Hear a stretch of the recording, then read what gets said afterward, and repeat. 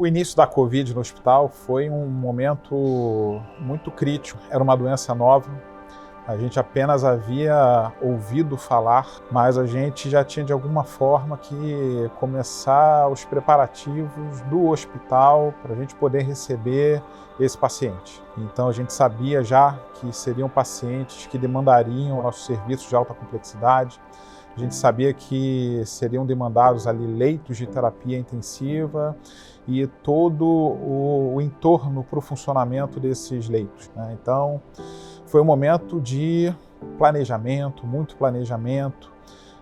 As principais pessoas dentro do hospital, dentro da UTI, da direção, a gente se reunia diariamente, a gente se reunia várias vezes no mesmo dia, para a gente poder traçar o melhor plano, rever as estratégias, tentar entender como o resto do mundo, de alguma forma, também tinha se preparado para a gente poder receber esses pacientes da melhor maneira possível.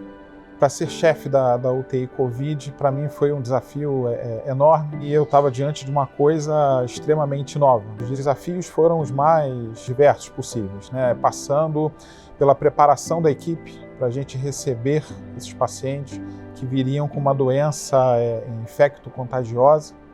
Então a gente teria que preparar as pessoas, a psique das pessoas para receber esses pacientes com segurança, utilizar os equipamentos, né, de proteção individuais, conduzir essas pessoas e o relacionamento com os próprios pacientes e familiares que também estariam passando por isso pela primeira vez. Acho que a grande palavra que essa doença trouxe para a gente foi desafio, porque ao mesmo tempo que a gente nada sabia, a gente recebeu também muita informação e a gente teve que fazer aí grandes filtros para tentar entender qual era o comportamento real da doença, o que a gente conseguia filtrar de medicamentos ou de tratamentos efetivos, eficazes para a doença, sem que isso pudesse prejudicar também os pacientes.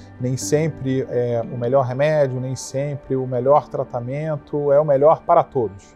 Então a gente tentar individualizar ao máximo sem trazer prejuízo para o paciente também foi um enorme desafio.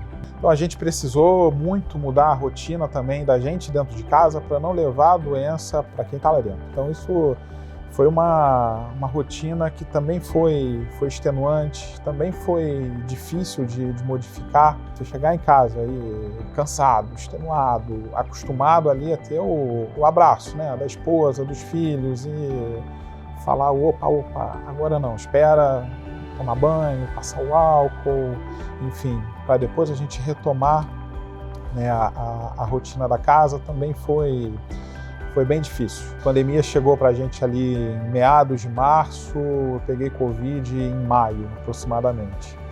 Eu cheguei a ficar afastado em casa, fiquei duas semanas, não tive nenhum sintoma grave, graças a Deus, mas fiquei isolado dentro da minha própria casa.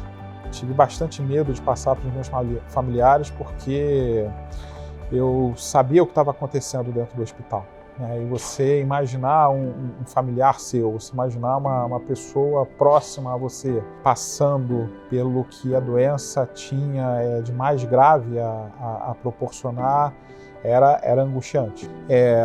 Essa questão psicológica e mental mexeu muito com a cabeça de todos os profissionais, não só médicos, mas todos os profissionais que cuidaram desses pacientes, porque ninguém estava habituado a chegar numa UTI de alta complexidade e encontrá-la lotada, com 100% de ocupação, com 100% de pacientes muito graves, pacientes em ventilação mecânica, pacientes em hemodiálise, pacientes com remédios, medicamentos ali necessários para a manutenção da vida em doses elevadas, ou seja, um cenário que demanda muita vigilância, um cenário que demanda muita atenção. Então a gente teve que trabalhar com essas duas questões, o desgaste físico e o desgaste mental também. A gente teve diversas histórias aqui, a gente teve casais internados ao mesmo tempo, ficando doentes ao mesmo tempo, na UTI ao mesmo tempo. Desses casais, vários que a gente conseguiu recuperá-los, mas a gente teve casais que a gente também não conseguiu. A gente teve esposas voltando para casa sozinhas, maridos voltando para casa sozinhos. Isso para a gente foi muito desgastante do ponto de vista mental. Então, a gente também, de alguma maneira, vivenciou, nem que seja uma parte infinitesimal desse luto, mas sempre foi um luto que a equipe teve que passar, né? Mas a gente também vivenciou o outro lado, né? Que foi o lado das vitórias.